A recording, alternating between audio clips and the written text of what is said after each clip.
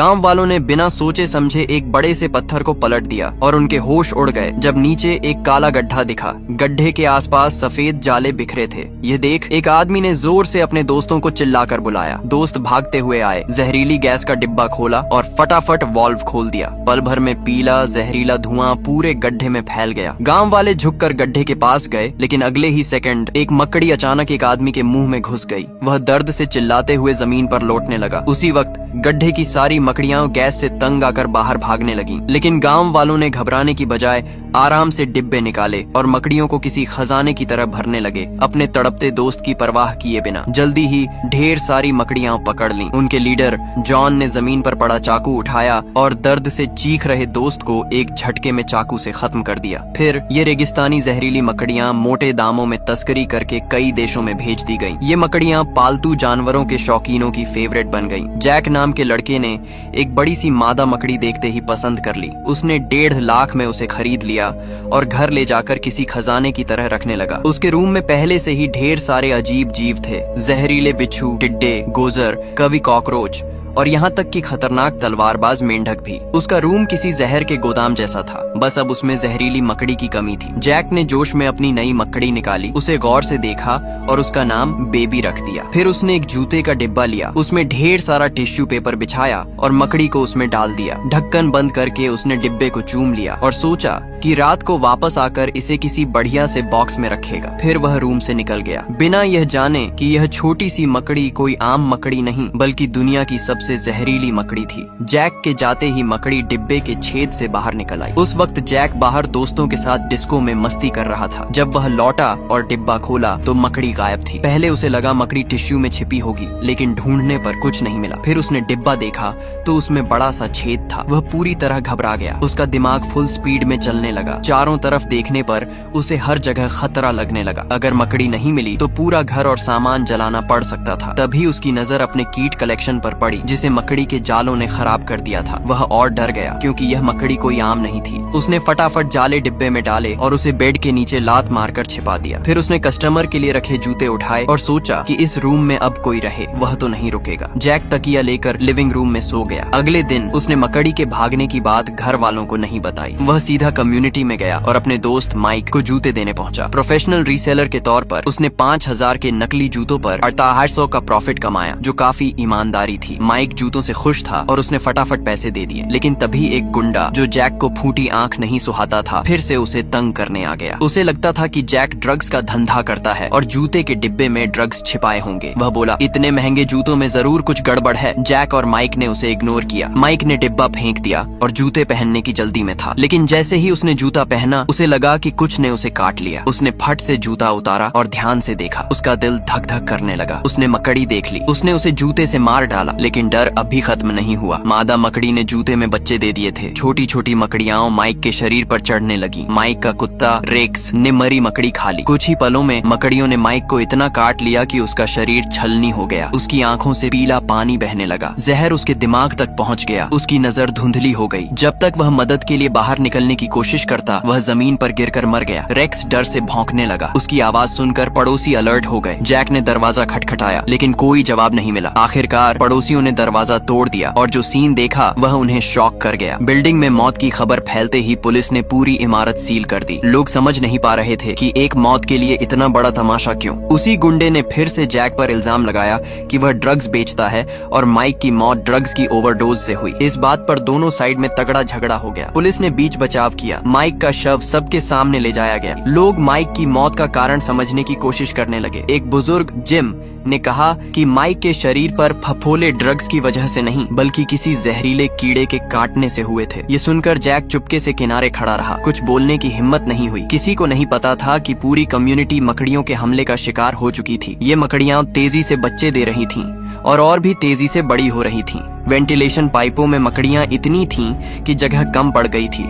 इसी बीच एक लड़की सारा बाथरूम में पैर धो रही थी। उसके पीछे वेंटिलेशन पाइप का ढक्कन मकड़ियों के दबाव से खुल गया। सारा को लगा ढक्कन बस ढीला है। वह हाथ धोती रही, बेखबर की पाइप से मकड़ियां बाथरूम में घुस आई थीं। जब वह ढक्कन उठाने लगी तो पाइप के अंदर का सीन देखकर वह डर से चिल्ला पड़ी। अचानक उसका पैर फिसला और वह बाथटब में गिर पड़ी। तौलिया उठाने की कोशिश में उसने मकड़ी देखी और डर के मारे चीखने लगी। उसने अपने बॉयफ्रेंड टॉम को बुलाया। टॉम बिना डरे मकड़ी को पकड़ने की कोशिश करने लगा। तभी जैक भी वहाँ पहुँच गया। उसे लगा कि यह वही मकड़ी है जो उसने खरीदी थी। उसने टॉम को बोला कि मकड़ी को मत मार, लेकिन सारा चिल्ला रही थी कि मकड़ी को फटाफट मार दो। टॉम को लगा कि एक मकड़ी से क्या डरना। मकड़ी वॉश बेसिन के नीचे छिप गई। टॉम ने झाड़ू से उसे मारने की कोशिश की, लेकिन मकड़ी नहीं मरी, बल्कि मरी मकड़ी से ढेर सारी छोटी मकड़ियां निकल आईं। नाले से भी मकड़ियां निकलने लगीं। डर के मारे सारा चीखती हुई बाथरूम से भागी। सबने मिलकर बाथरूम का दरवाजा टेप से सील कर दिया। शांत होने के बाद टॉम ने जैक से पूछा कि यह सब क्या तमाशा है। पहले तो जैक टाल मटोल करता रहा, लेकिन जब बात बढ़ी तो उसने मान लिया कि उसकी खरीदी मकड़ी गायब हो गई थी। लेकिन वह जिद पर अड़ा कि बाथरूम वाली मकड़ियां उसकी नहीं हो सकती, क्योंकि उसने सिर्फ एक मकड़ी खरीदी थी और इतनी तेजी से बच्चे देने का तो सवाल ही नहीं। उसने यह भी कहा कि उसकी मकड़ी शायद जाले बनाकर मर गई होगी। सबने उसे वह जाला दिखाने को बोला। जैक ने बेड के नीचे से डिब्बा निकाला। जब टॉम ने उसे खोला तो सबके होश उड़ गए। पास खड़े सैम ने फटाफट टेप से डिब्बे को सील कर दिया। सब पसीने से भीग गए थे। पूरी बिल्डिंग खतरे में थी।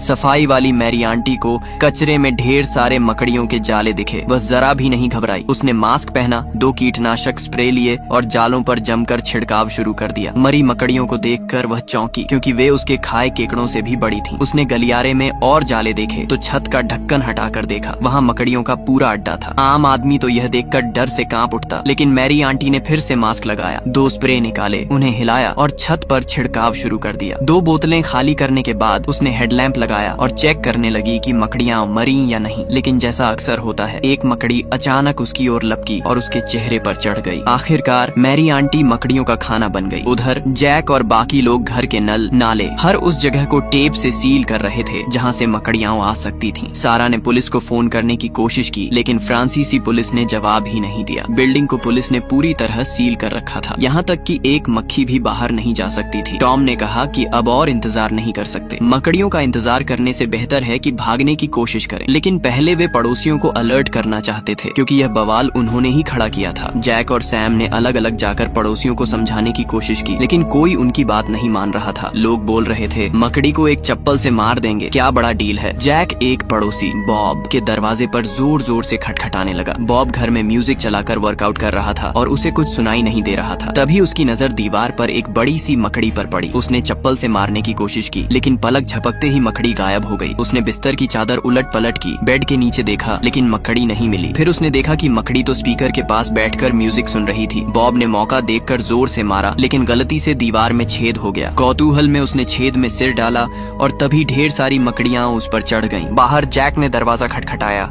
लेकिन जवाब न मिलने पर वह अगले घर की ओर बढ़ गया। वहाँ भी कोई जवाब नहीं मिला। गुस्से में उसने दरवाजा तोड़ दिया। अंदर मालिक सोफे पर टीवी देख रहा था, लेकिन जैक के बुलाने पर भी कोई जवाब नहीं दिया। सैम को कुछ गड़बड़ लगी। तभी मालिक की गर्दन हिली। जैक को लगा वह सो रहा है। वह उसे जगाने गया, लेकिन जैसे ही वह पास पहुंचा, दोनों डर के मारे भाग खड़े हुए। तभी पड़ोस का एक बूढ़ा ग्रैंडपा जो डगमगाता हुआ बाहर आया। उसका चेहरा बिल्कुल सुन्न था। जैक ने उसे सावधान रहने को बोला, क्योंकि मकड़ी उसके मुंह से निकल सकती थी। उन्होंने उसे वापस उसके रूम में भेज दिया। उनकी शंका सही थी। ग्रैंडपा जो को मकड़ी काट चुकी थी और उसके घर में भी मकड़ियां भरी थीं। जो लोग मकड़ियों का शिकार बन रहे थे, उनके शरीर में छोटी मकड़ियां तेजी से पनप रही थीं और बड़ी होने पर वे बाहर निकल आती थीं। अब पूरी बिल्डिंग मकड़ियों का शिकार बन चुकी थी। टॉम ने नेट पर सर्च किया और पता चला कि कुछ मकड़ियां माहौल बदलने पर म्यूटेशन कर सकती हैं। अगर उन्हें खूब खाना मिले तो वे तेजी से बच्चे देती हैं। जैक ने पक्का ऐसी ही मकड़ी खरीदी थी, लेकिन अब पछताने से क्या फायदा। तभी रूम से खून टपकने की आवाज आई। टॉम ने दरवाजा खोला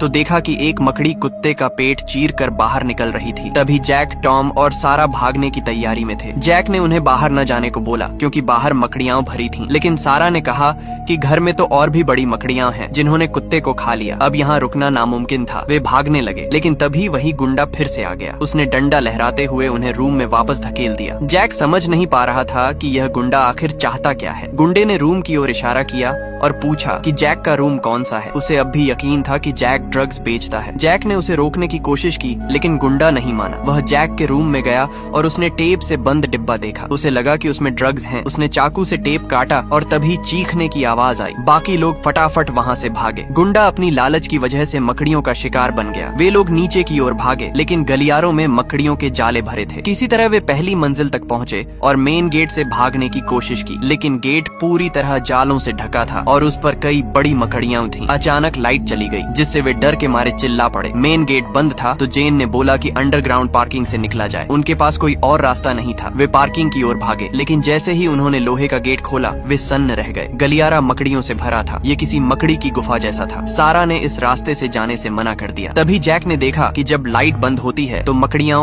एक्टिव हो जाती हैं, लेकिन रोशनी में वे चुपचाप रहती हैं। जेन ने स्विच ऑन रखने का जिम्मा लिया ताकि बाकी लोग पार कर सकें, लेकिन दूसरी तरफ का स्विच खराब था। अगर टाइम खत्म हुआ तो जेन की जान खतरे में पड़ सकती थी। जैक ने खुद स्विच संभालने को बोला, लेकिन जेन ने कहा कि उसका शरीर भारी है, जिससे मकड़ियां भड़क सकती हैं। आखिरकार जेन पीछे रह गई। बाकी लोग धीरे धीरे गलियारे में बढ़े। रोशनी की वजह से मकड़ियां चुप थीं। जेन भी अलर्ट थी। आखिरकार वे लोग पार्किंग के गेट तक पहुंच गए। जेन ने स्विच को फुल ऑन किया और तेजी से गलियारे में दौड़ी। सब कुछ ठीक चल रहा था, लेकिन आखिरी मोड़ पर एक जाला उसके रास्ते में आ गया। तभी लाइट बंद हो गई। जैक उसे बचाने गया, लेकिन सैम ने उसे रोक लिया। जेन ने लाइटर जलाया, लेकिन मकड़ी उसके चेहरे के पास थी। खैर, बाकी लोग किसी तरह पार्किंग तक पहुंच गए, लेकिन वहाँ नया खतरा था। गेट कोई बाहर से पकड़े हुए था। फ्रांसीसी पुलिस को लोगों की जान की कोई फिक्र नहीं थी। पुलिस ने उन्हें अपने अपने घरों में वापस जाने को बोला, लेकिन पीछे मकड़ियां थीं और सामने पुलिस जो रास्ता नहीं दे रही थी। जैक और बाकी लोग गेट खींचने की कोशिश कर रहे थे। तभी पुलिस ने अंदर स्मोक बम फेंक दिया। धुआं इतना था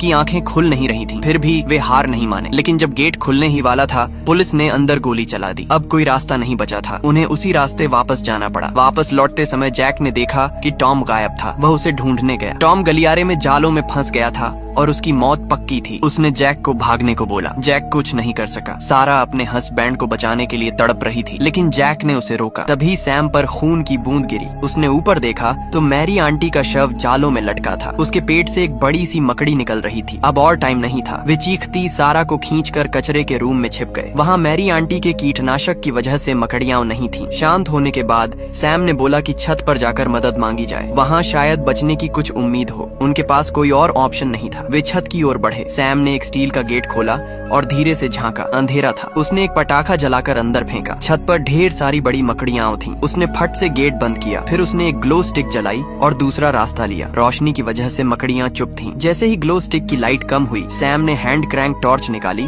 और उसे तेजी से चलाकर मकड़ियों पर रोशनी डाली। लेकिन तभी जैक ने पेट्रोल बम निकाला। सबने उसे रोका, लेकिन उसने बम जला दिया। आग ने मकड़ियों को नहीं मारा, बल्कि उन्हें भड़का दिया। मकड़ियां उन पर टूट पड़ी। आखिरकार वे एक दोस्त के घर में छिप गए जो पहले ही जा चुका था। वहाँ मकड़ियां नहीं थीं। जैक ने सैम से पूछा कि कोई काम की चीज है क्या। उन्हें छत पर जाना था, क्योंकि यहाँ रुकना मतलब मकड़ियों का खाना बनना था। लेकिन सैम को कुछ नहीं मिला। वे वहाँ फंस गए। जैक को अपनी मकड़ी खरीदने का पछतावा हो रहा था। तभी अचानक पुलिस वहाँ पहुँच गई। उन्होंने पुलिस से मदद मांगी, लेकिन पुलिस को डर था कि वे मकड़ियों के कांटे हुए हैं। पुलिस ने उन पर बंदूक तान दी। जैक गुस्से में आ गया। तभी एक पुलिस वाले ने उसे मुक्का मार दिया। जैक ने जवाब में हमला किया। दोनों साइड में तगड़ा फाइट शुरू हो गया। जैक ने गुस्से में एक बंदूक उठाई और एक पुलिस वाले को गोली मार दी, लेकिन आखिरकार पुलिस ने उन्हें काबू कर लिया। जब जैक को होश आया, वह बुरी तरह पिट चुका था। उसने देखा कि कर्मचारी मरी मकड़ियों को साफ कर रहे थे। तब पता चला कि वे लोग हमेशा से बेसमेंट में थे। पुलिस ने मकड़ियों को बाहर जाने से रोकने के लिए लोगों को